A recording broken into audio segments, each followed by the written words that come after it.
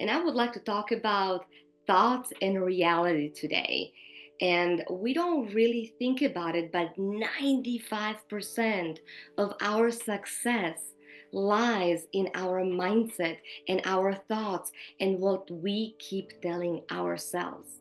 Because it is not what we ask for, it is what we believe is how our reality shapes around us.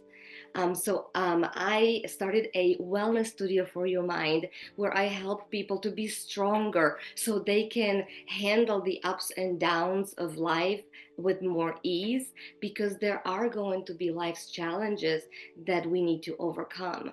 And our mind can really make us or break us. And we really need to pay attention to our thoughts. And if you know a little bit about how the brain functions, it really becomes a lot easier to manage your thoughts on a daily basis. So that is going to be what we're going to be talking about today. I'm going to give you a little bit of the brain functioning and like how do thoughts really affect us. And then at the end, we'll discuss some tools like meditation, like what we just practiced, how it can really help in our practice.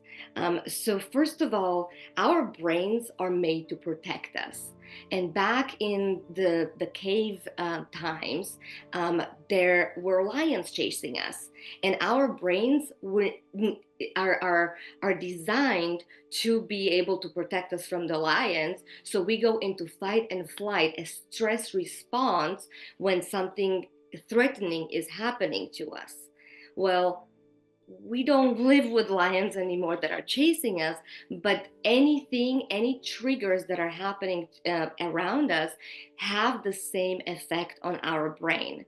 So it goes into this fight or flight response, and then our brain thinks we are in danger, which is really great because we really focus, we can really run, we really we are really yeah made to survive, right? But what it also is doing is that's the only thing that the brain is focused on, and so then nothing else comes through. So it really starts with our thoughts. Our thoughts really affect how we feel overall. So it affects our feelings, and how we feel then affects what actions we take, and the actions that we take then um, determine the results that we get. So if our bodies are in stress and we're just doing whatever that is, then we're going to be very limited in our actions, and then we can, those are the results that we get. If we know, if we are aligned and we're taking inspired action all the time, we are guided all the time, then those are the results that we get. So we actually think 70 to 80,000 thoughts a day. And it just depends on which thoughts you're going to start believing that are the results that we are getting. So we really have to filter those thoughts and see which ones do we want to believe, and which thoughts are serving us, to be paying attention to it. So what is the interesting thing is, like, if we have some sort of a fear, it actually becomes a self-fulfilling prophecy. And this can come from your childhood, some sort of a fear or something like that. But if we are in that state of stress and state of this fight or flight, then that is the only thing that we focus on. And what we focus on, we get more of. And so then it just kind of is a snowball effect to get more of what we think about, that is then creating that reality for us. So self-fulfilling prophecies actually really exist. I had a friend that was so scared about losing the great job that he had, losing the beautiful home that he had, losing the beautiful girlfriend that he had. Everything that he had, he wanted. It was the success that he wanted, but he was so afraid of losing it. And then he couldn't break through and start thinking about anything else. And then slowly but surely, he lost the girlfriend, he lost the house, he lost the job. And all of a sudden, his biggest fear became the reality. So really be mindful of the fears that you have. And I go into a lot more deeper things of how to deal with fears and paradigms and things like that in what I teach. But there is things not only from childhood that we may have as reminiscent as fears or worries, or like how we are. I remember growing up, my mom was very fearful, and that is not her fault. It's because she, my previous generations, I was born and raised in Europe.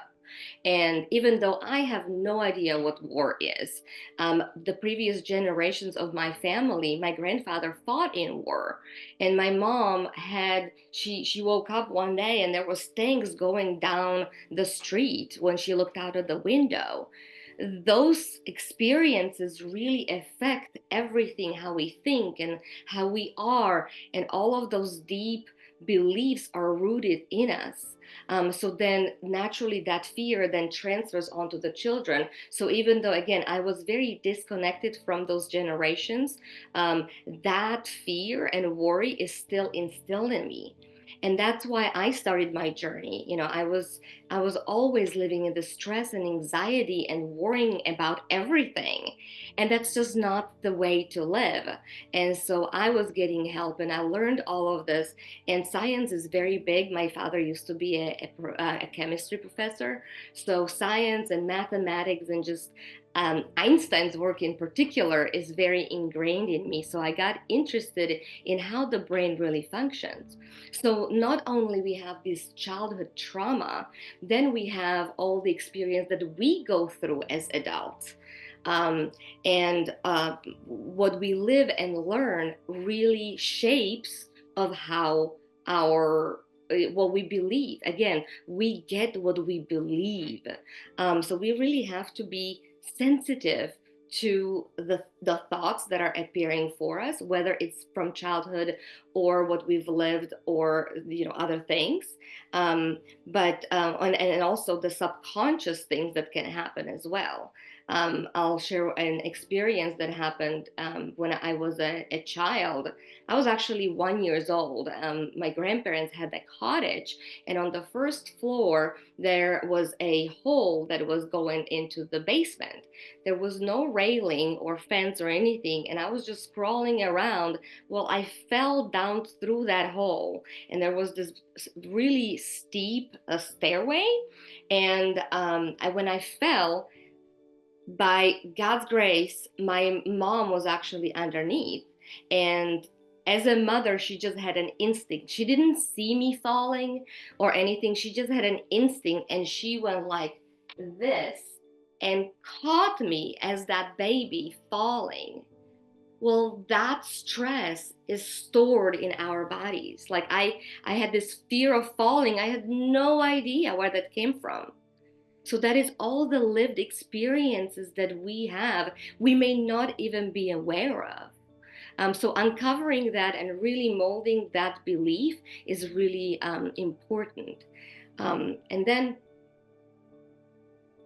why, for the longest time, scientists thought that scientists thought that our brain is fixed, is static, it doesn't change, right? But over time, with advanced technology, with advanced functional imaging, they found out that the brain is actually able to adapt and change over time. With new skills and new experiences.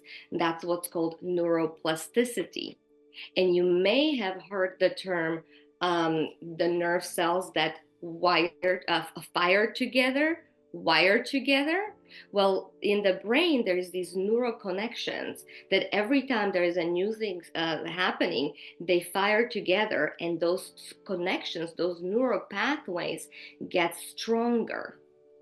So there is a way, so neuroplasticity is the proof that the brain can actually reorganize itself and create new of these new pathways, new neural pathways, and we can shift and adapt and modify of how our brain truly is.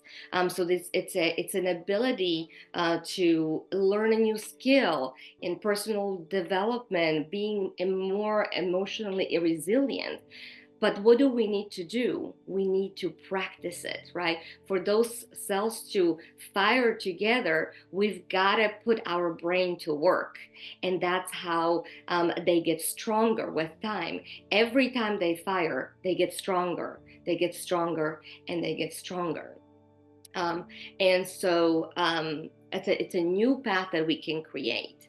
Now, if we stay in the old patterns and old habits, it's kind of like a path that you would take in a forest. You would walk the same path over and over and over, and it's kind of like the neural pathways. Every time that neural pathway is created, so after some time, that grass now has an actual path where you have walked, right? And it's becoming more prominent. Well, if you just make a decision, and that habit now of walking that path, you can change directions. Every time you start walking that new direction, you are strengthening that new path, that new neural pathway, and start creating a new direction. So it is possible to start creating that new path that wasn't created, and you can consciously make a decision to change those actions that you're taking every day. But it starts with the thoughts. Um, so um, I wanted to share also, there's a story about the elephant, right? It's kind of like these beautiful elephant animals that at first, when they're babies, they get tied to a tree so they don't get away. And it's just a tiny little rope because they're tiny, right? And they live the experience of, I am tied to the tree, and they try to get away and they can't. So then they are discouraged well, I can't get away. And then they try again, and that same thing happens. I can't get away. And then they try again, and they can't get away. So now they have a belief that they are tied to the tree and they cannot get away. But over time, they grow and grow and grow and become these giant animals. Yet they are still tied to the same tree with that tiny rope. And because they believe that rope is holding them back, they're not even trying to get away. So that is what our life experience are. Just because we had an experience one time in our lifetime that we couldn't get away, now we believe that. And that belief is stronger just by our thoughts. So that big elephant, they could just very easily break free, but they never do because they believe that they cannot. So it's very important to question our beliefs and question, does that serve us anymore? And it's not even a belief, is it true or not, but does it serve us? And we can start telling ourselves a more empowering story around what that belief is. So that elephant, like, well, maybe I can try now that I haven't tried for 20 years and see if I get the same result and see what happens. But again, it's the neural pathways that we are creating every time that we practice a thought. And but being mindful, like, what are we feeding our mind? What are we thinking about, not only internally, but what is around us? You've heard that you are a combination of the 5 people that you hang out with, and you're influenced by that, right? The same thing goes, like, I don't watch horror movies anymore. I used to love horror movies, but it is creating the stress response in my body, and it's creating negative emotion. Well, why would I feed my brain that? Because that is the things that I'm feeding my brain, news or whatever that is. Like, what are you around? And that is all affecting you on a subconscious level, and it's affecting your thoughts, it's affecting your beliefs. And as I said, we get what we believe. So we really have to be careful of what we believe, what we choose to believe. So I want to illustrate how powerful our brain truly is. And there was a study done in 2004 by the National Institute of Health, that there was a group of people that they picked to play piano. And there was 3 different groups. One group that actually played the piano and practiced that song. The second group, it was just rehearsing that song and visualizing playing the song in their mind. And then the third group was the control group, so they didn't do anything. So obviously, the third group didn't grow in their skill to play the piano. The first group, the people that actually played the piano, obviously could play the piano.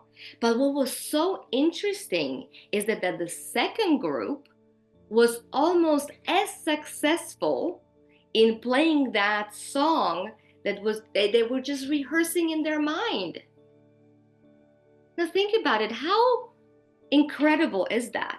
You can just be visualizing something in your mind, and you're able to recreate those neural pathways to learn a new skill, have a new belief, have that new reality that you want. So you can take a nap and start visualizing what your life looks like, and you're actually bringing that to reality.